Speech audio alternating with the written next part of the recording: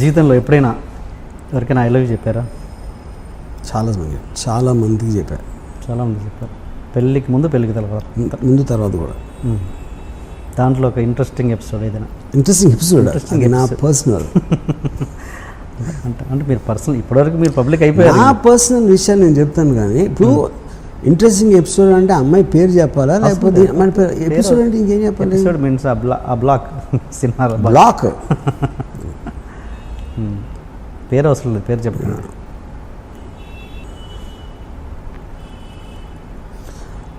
Engineering కాలేజ్లో ఉన్నప్పుడు ఒక సత్య అని ఒక అమ్మాయిని ఇష్టం.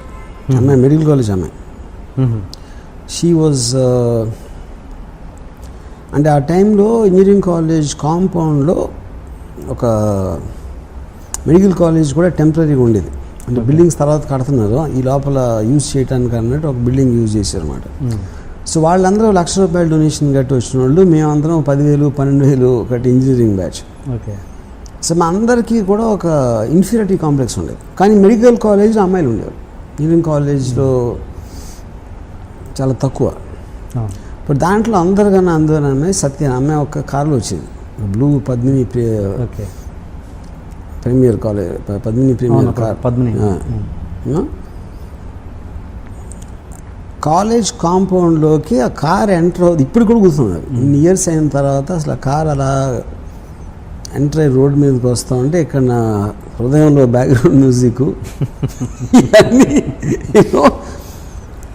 ఆ అమ్మాయిని ఎప్పుడు నేను దగ్గరికి వెళ్ళి అంటే నాకు తర్వాత పరిచయం అయింది, కానీ పరిచయం ఏంటంటే ఇంకొక ఫ్రెండ్ ఉండి ఉన్నాడు కాలేజీలోనే, ఆడు కైజర్ అని, ఆడు చాలా అందంగా ఉంటాడు.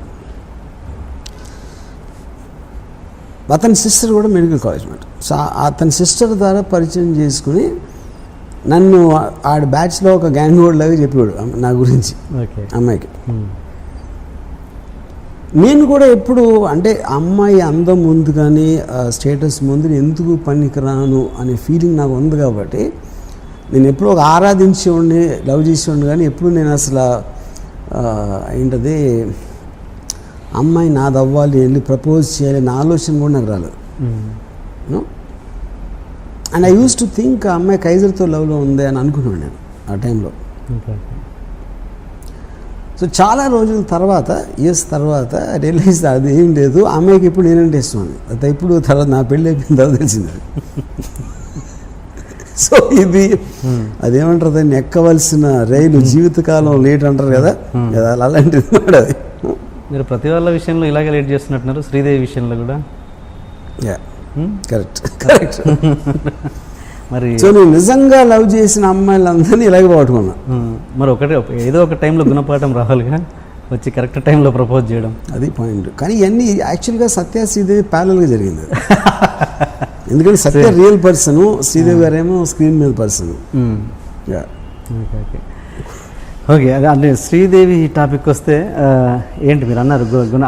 నాకు ఇంకోటి ఒక విషయం ఏంటంటే, నేను శ్రీదేవి గారు అంటే ఆ టైంలో ఒక ఇది చెప్పాను, కానీ నాకు యాక్చువల్గా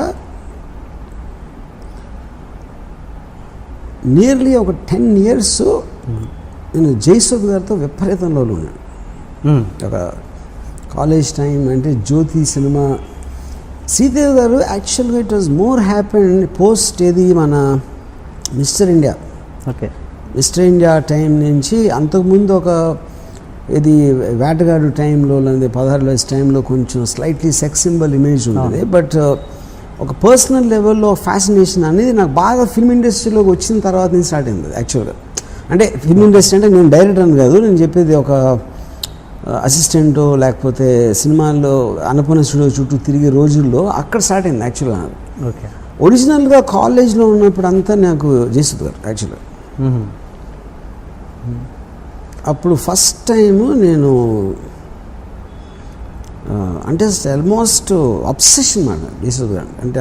ఆవిడ ఫోటోలు లేకపోతే ఒక జ్యోతి సినిమా వాల్ పోస్టరు ఒక కాంపౌండ్ వాల్ మీద అంటించుంటే రోడ్డు మీద నుంచుని ఒక గంటలు చూసి ఉండాలి, చూస్తూ ఉన్నాను. వాల్ పోస్టర్ మీద అంతే. తర్వాత ఒకసారి ఫస్ట్ టైం శ్రీవారి వచ్చినట్లు షూటింగ్ జరుగుతూ ఉంటే మా ఫాదర్ని అడిగి జయసుధ అక్కడ జయసుద్ గారు కొంచెం దూరంలో ఆవలిస్తుంది. అంటే ఒక సినిమా స్టార్ కూడా మనిషిలాగా, మామూలు మనిషిలాగా ఆవలిస్తుందని నేను తట్టుకోలేకపోయాను. I just was disappointed and I felt betrayed అసలు. ఇంకోటి, స్క్రీన్ మీద మీరు చూసినప్పుడు ఒకరిని అంత పెద్ద స్క్రీన్ మీద లైట్స్, కంపోజిషను, మ్యూజిక్, డైలాగ్తో చూస్తారు కాబట్టి సడన్గా ఏమీ లేకుండా బేరుగా చూసినప్పుడు ఎవరైనా డిసప్పాయింట్ చేస్తారు, ఇర్రెస్పెక్టివ్ అది ఎంత పెద్ద స్టార్ అని అవును. సో అన్ని సంవత్సరం అమరదీపం అనే సినిమా థర్డ్ ఇయర్ ఇంజనీరింగ్లో వచ్చింది.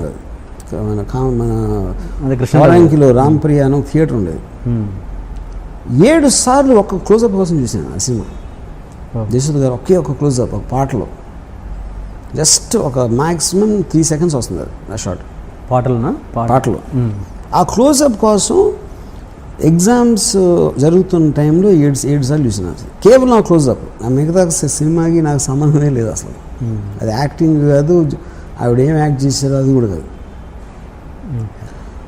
తర్వాత ఒక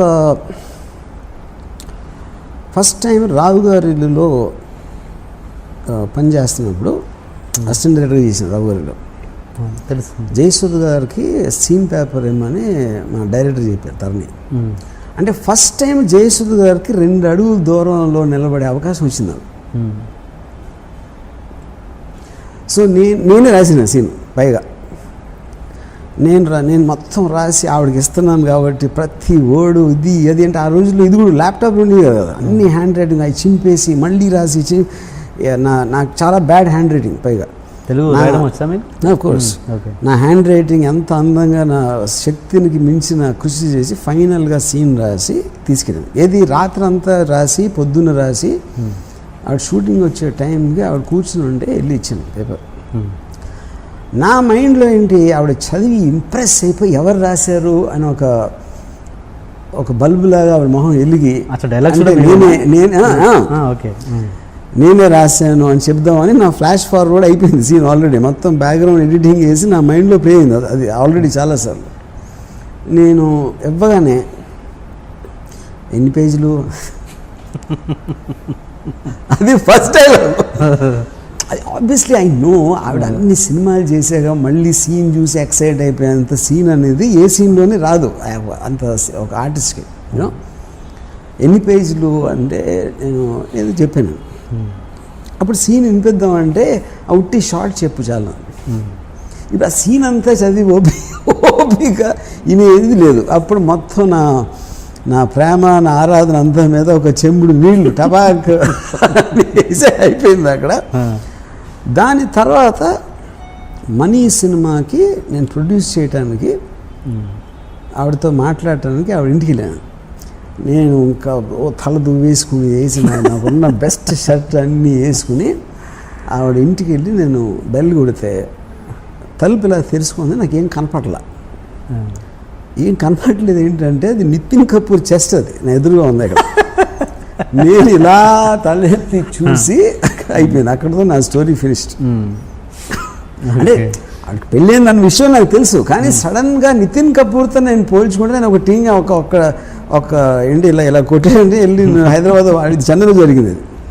నేను వెళ్ళి హైదరాబాద్లో పడతాను. దాంతో నా లవ్ స్టోరీకి ఫుల్ స్టాప్ పెట్టాను అంతే. ఈ విషయాలను ఎప్పుడైనా డిస్కస్ చేశారా ఆవిడతో మధ్యలో? నాట్ ఇన్ వెరీ అప్పుడప్పుడు చెప్పాను, but not in so much detail. ఏమంటారు రియాక్షన్ ఏంటి? She won't believe it. అని ఇన్ని ఇలా చెప్పి మళ్ళీ శ్రీదేవి గురించి మాట్లాడతావు కదా, అది వేరే ప్యారలల్ ట్రాక్స్.